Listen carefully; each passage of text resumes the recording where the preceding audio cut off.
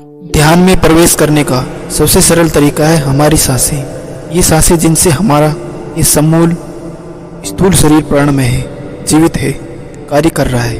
बिना सांसों के हमारे इस स्थूल शरीर में तनिक मात्र भी एक हलचल नहीं होती, और जैसी हमारी सांसें होती है वैसे ही हमारा यह स्थूल शरीर रिएक्ट करता है।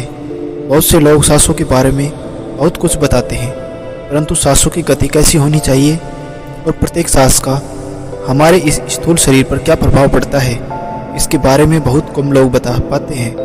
दोस्तों, कोई भी व्यक्ति, चाहे वह आम आदमी हो या कोई ऋषि मुनि, बिना सांसों के उसका जीवित रहना असंभव है। और उसके जीवन में रही प्रगति की तो उसकी सांसों का ही परिणाम है। जब आप ध्यान करते बैठते हैं और आपकी सांसें जब तक स्थिर नहीं होगी तब तक आप ध्यान में प्रवेश नहीं कर पाएंगे। इसलिए अपनी सांसों को स्थिर करना बहुत आवश्यक है।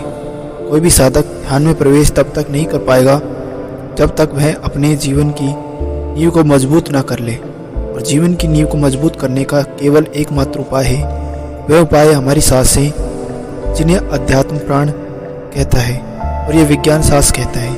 एक व्यक्ति के लिए ये सांसें इतनी इम्पोर्टेंट है कि इन सांसों से ही व्यक्ति का जीवन मिलता है, और इन सांसों से ही की वजह से वह जीवन से दूर भी हो जाता है।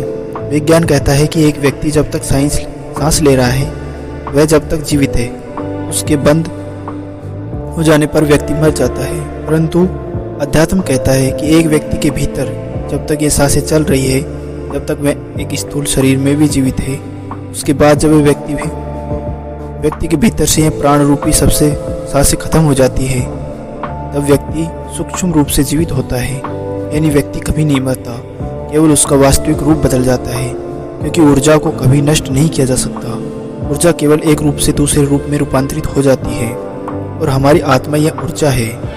मैंने बहुत से लोगों की वीडियो देखी है जिसमें से वे बताते हैं कि यदि आप अपनी सांसों के महत्व को समझ लो तो आप तुरंत समाधि का अनुभव कर सकते हो। परंतु बिना यम और नियम के व्यक्ति समाधि तक नहीं पहुंच सकता।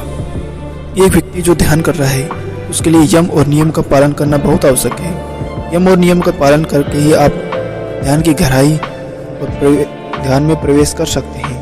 केवल सांस लेने मात्र से आपको कभी समाधि घटित नहीं होगी। यदि कोई ऐसा कर रहा है कि आप अपनी सांसों को ऐसे परिवर्तित करके ध्यान समाधि में उतर सकते हैं, तो वह केवल आपको मूर्ख बना रहा है, क्योंकि आपकी सांसों के साथ साथ आपकी मानसिक स्थिति भी वैसी होनी चाहिए।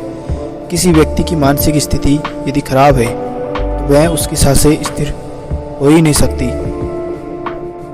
एक वासनाओं से भरे हुए व्यक्ति की सांसें कभी भी स्थिर नहीं हो सकती, और ना ही उसके भीतर से स्त्री के प्रति मोह को दूर किया जा सकता। परंतु यदि व्यक्ति यम और नियम का पालन करे तो उसकी वासनाओं में भी कमी आती है, और एक व्यक्ति की वासनाएं जब भिन्न होने लगती है, क्षीण होने लगती है, तब उसके भीतर अध्यात्म का विकास होता है। और यही अध्यात्म का विकास उसकी मन स्थिति को बदलता है।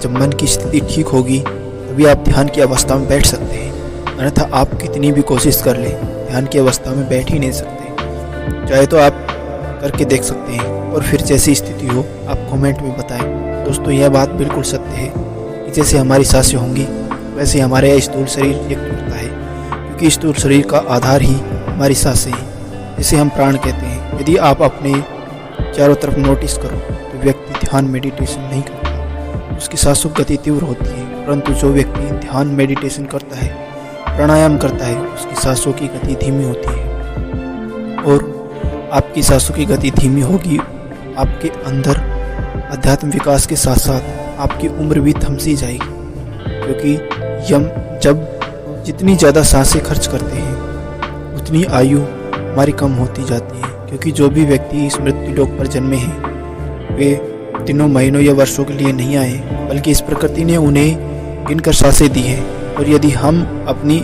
इन गिनी हुई सांसों को ऐसे ही फिजूल में बर्बाद कर देंगे तो कैसे हम अधिक वर्षों तक जीवित रहेंगे।